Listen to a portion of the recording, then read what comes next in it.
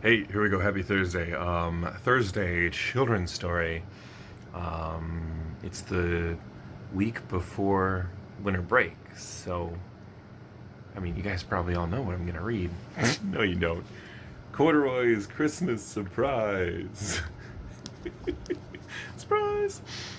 Based on the character created by Don Freeman, illustrated by Lisa McCue. I don't see an author.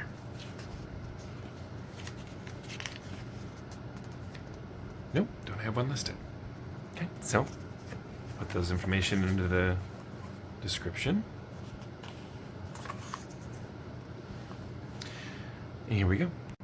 There was only a week to go until Christmas, and Corduroy could hardly wait. This was one of the best times of the year. Corduroy loved the smell of his Christmas tree. He loved taking the ornaments and lights out of the closet. He loved stringing popcorn and berries and trimming the tree. And that was only the beginning. Corduroy's list of fun things to do at Christmas time went on and on and on. This year, Corduroy thought to himself, Christmas was going to be even more fun than usual. His best friends, Mouse, Rabbit, Dolly, and Puppy, were coming over to spend Christmas Day at Corduroy's house. And he had little gifts for his guests, so he pulled out the wrapping paper, tape, and ribbons. Wrapping presents always got Corduroy into the holiday spirit. That reminded Corduroy that he hadn't written his letter to Santa. What did he want for Christmas? Well, thought Corduroy, it would be fun to have ice skates this winter. He could use a new warm sweater. Oh, he had always wanted a train set. And a new ball would be nice, too. Corduroy wrote his letter in his neatest, best printing. Just then the doorbell rang. Ding dong! Corduroy put down his letter and went to the door. And there were Mouse, Rabbit, and Puppy standing in front of his home. And they were singing, "We wish you a Merry Christmas and a Happy New Year." When the carolers had finished, Puppy said, "Corduroy, grab your coat and come with us. We'll go caroling at Dolly's house next." So Corduroy did just that. He put on his coat and scarf, and the four friends made their way over to Dolly's house. As they began to sing, Dolly opened the door. She looked so surprised. Then Dolly invited them all inside. "I'm putting the finishing touches on my gingerbread house," she said. "Why don't you four come in and help me?" A real homemade gingerbread house? Corduroy had to see this. And what a gingerbread house it was.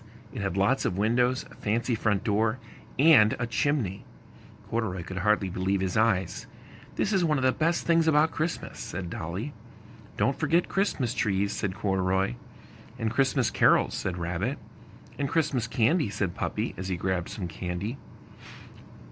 "And Christmas presents," said Mouse. Everybody laughed. Then they started talking about what each of them wanted for Christmas. Dolly said she wanted a pair of ice skates. Puppy said he'd always wanted a train set. Rabbit said he could use a new sweater, and Mouse said a brand new ball would be fun. Corduroy didn't say anything. How could he tell them that he had written to Santa to ask for all of those things? Back at home, Corduroy found his letter to Santa right where he had left it. He decided to make a few changes. What if there weren't enough presents to go around? What if Corduroy got what he wanted, but his friends didn't? So Corduroy pulled out a new piece of paper and wrote another letter to Santa. This is what it said. "Dear Santa, please bring ice skates for Dolly, sweater for Rabbit, trains for Puppy, and a ball for Mouse. I don't really need anything this year. Thank you, Corduroy." Corduroy put the letter in an envelope in his neatest, best writing. He addressed it to Santa Claus at the North Pole. He stuck on a stamp and sealed the letter shut.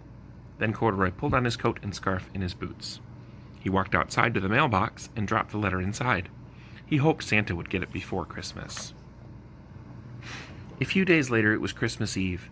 The very next morning, Corduroy's friends would be coming over to celebrate with him. Corduroy was getting ready by baking Christmas cookies. He hoped he had made enough. Before Corduroy knew it, it was time for bed. But first he had two important things to do. He hung his stocking on the mantel, and he left milk and cookies on the table for you-know-who. Maybe Santa wouldn't be bringing anything for him, Corduroy thought, but he was so happy that his friends would get exactly what they wanted. Then Corduroy climbed into bed. All night long he dreamed of the happy looks on his friends' faces when they opened their presents on Christmas morning. The next morning, Corduroy sat up in bed and rubbed his eyes. It was Christmas Day. It had finally come. Corduroy looked out the window to see a crisp, sunny day and a fresh blanket of snow on the ground. Then Corduroy rushed out to the living room to find lots of presents under the tree. Corduroy could see there was one labeled for Mouse, and one for Rabbit, one for Dolly, and one for Puppy. And, could it be? There was one for Corduroy, too. The extra presents for each of them. Corduroy was so surprised. Now he really couldn't wait for his friends to arrive. Once everyone had come, Mouse, Rabbit, Dolly, Puppy, and Corduroy sat down together by the tree and opened their presents. Dolly got ice skates and a scarf. Rabbit got the sweater he wanted and a picture book, too.